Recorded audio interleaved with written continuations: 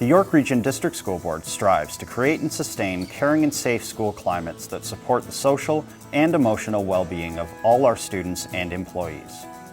Specifically, the Board Improvement Plan for Student Achievement's Mental Health and Addictions Theory of Action states that if we build knowledge and capacity, develop mentally healthy environments, reduce stigma, and create collaborative care pathways, then we will foster optimal mental health and well-being for all students. The intention of this webinar series is to provide schools with learning for staff and families on issues of substance misuse and addictions to further the work of this board focus area. We hope that they help the caring adults in our school communities to continue supporting students' achievement and well-being, along with reinforcing schools' comprehensive approaches to their school improvement plans. To ensure schools' approaches align with evidence-based practices, please refer to the School Mental Health Decision Support Tool. Now we're going to hear from the York Regional Police on the choices and consequences of youth drug use. Under the Criminal Code of Canada, operation while impaired by drugs or alcohol states that the person's ability to operate a vehicle is impaired by alcohol or a drug, or the concentration of alcohol in the person's blood exceeds 80 milligrams in 100 milliliters of blood as determined by a breathalyzer. Punishment for impaired driving upon being arrested includes your driver's license being suspended for 90 days, and the vehicle you were driving will also be impounded for 7 days. Upon being convicted, a first offense will result in a fine of $1,000 or more and a 1-year license suspension. A second offense could result in imprisonment of 30 days or more and a 3-year license suspension. From there, subsequent offenses will result in the imprisonment of 120 days or more and a lifetime license suspension. The provincial government is currently proposing more severe penalties for impaired driving offenses, including zero-tolerance policies for youth and novice drivers. For the charge of impaired driving causing injury, the punishment could result in imprisonment for up to 10 years. For the charge of impaired driving causing death, the punishment could result in imprisonment for life. With regards to trafficking, the Controlled Drug and Substance Act states that no person shall sell, administer, give, or transfer unauthorized prescription drugs and illegal drugs as outlined in Schedules 1, 2, and 3 of the Controlled Drug and Substance Act. With regards to possession, except as authorized under regulations, no person shall be in the possession of prescription drugs or illegal drugs outlined in Schedule 1, 2, or 3 of the Controlled Drug and Substance Act.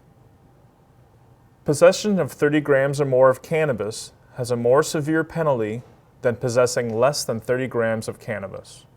Please note that the laws in Canada regarding the possession of cannabis without medical authorization have not changed. It is still illegal to possess cannabis. Criminal negligence causing bodily harm or death states that if you sell drugs to another person and they are injured as a result, you can be held responsible and charged. The following examples are reports from CTV News and the Barrie Police. CTV News reported that 4 people are in police custody in connection with a pair of drug overdoses linked to one Cambridge home. And Barrie Police reported that a 22-year-old Barrie male has been arrested and charged with 2 counts of trafficking and 5 counts of criminal negligence causing bodily harm. Did you know it is illegal to have a prescription pill that is not prescribed for you or is not in its prescription bottle? A criminal record can affect you for life. It can affect you getting a job or traveling out of the country for vacation, school, or work. So what do I do if? The following scenarios will give you some advice on how to manage certain situations if they arise. The first scenario covers what families and staff can do if they suspect that drugs are being trafficked in their school. I have an issue that came up today. A parent contacted me to say that she believes a dealer is providing drugs to her child. However, she's very worried about reporting it. And in fact, she's very worried that someone will find out that she's reported it. What should I tell her to do? Well, there are a few options that you can let her know about. They can report it to Crime Stoppers online by calling or texting.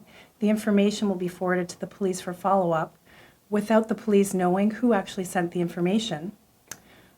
She can also contact myself or any other school resource officer directly, or a youth education officer that is assigned in every school throughout the region, and speak to them.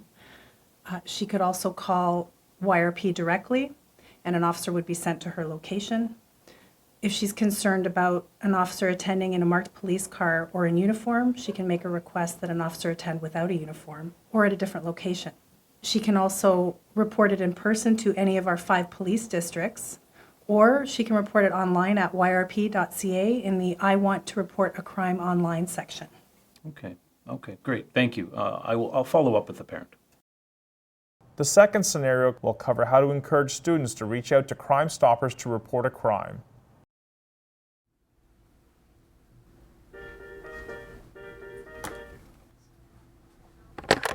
Crime Stoppers, how can I help you? Hi there, I think I have some information on a drug dealing in Markham. Oh, what makes you think that drug dealing is happening? Because 2 times a week, from 7 to 8 at night, I see the same car parked on Smith Street at the entrance to the park. And then I see the driver get out of the car, he waits on the sidewalk for the next hour or so. I see about 10 different cars drive up, and he would give them something. Okay, let me take down some details. Okay, great, thank you.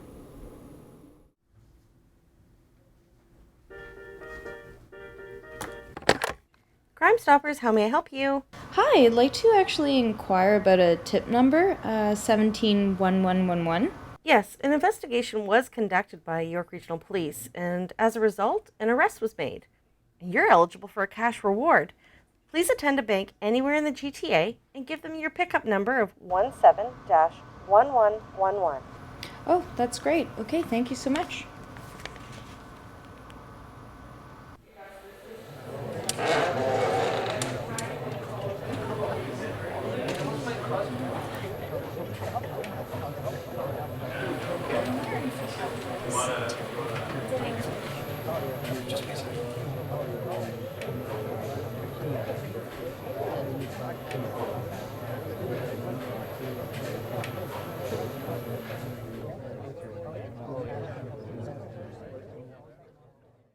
In the final scenario, we'll cover what family members can do if they discover that their child is in possession of drugs.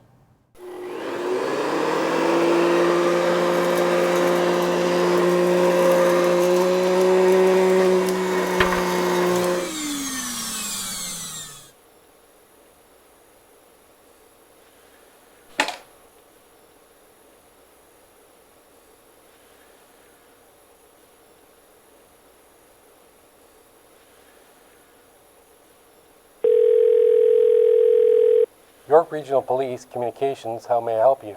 Yeah, I'd like to speak to an officer about finding drugs in my kid's room. Okay, sir. I'll transfer you to an officer. Okay, great, thanks. Constable Liddell, how may I help you? Hi, officer. I'm hoping you can help me out. I just found what looks like marijuana under my kid's bed. I'm not sure what it is exactly, but I can take it out of the container to get a closer look at it. Please remember that suspected drugs should never be inhaled, sniffed, or handled. It's best to leave it in that container. I'm glad that you called the police because we have the equipment and training to deal with that in a safe manner. Okay. Well, what should I do with it? And will my kid get charged? It's important for police to come to your home to investigate, seize, and dispose of the drugs in a way that's safe for you and the environment.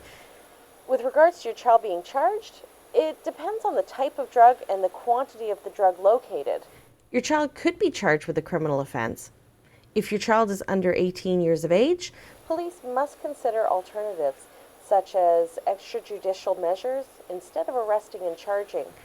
Alternatives could include a verbal, written, or formal warning, or a community referral program, which may include completing community service hours. Okay, that sounds great. I'd like an officer to attend my home. I'll transfer you to communications to have an officer attend. Okay, thanks very much. The York Region District School Board would like to thank the York Regional Police for their continued commitment to supporting student achievement and well-being through their work with the Substance Misuse Working Group and Webinar Series. YRP is also an active member of our York Region schools, offering these in-school services. Furthermore, the YRP provides additional supports and resources for youth and families, including the following.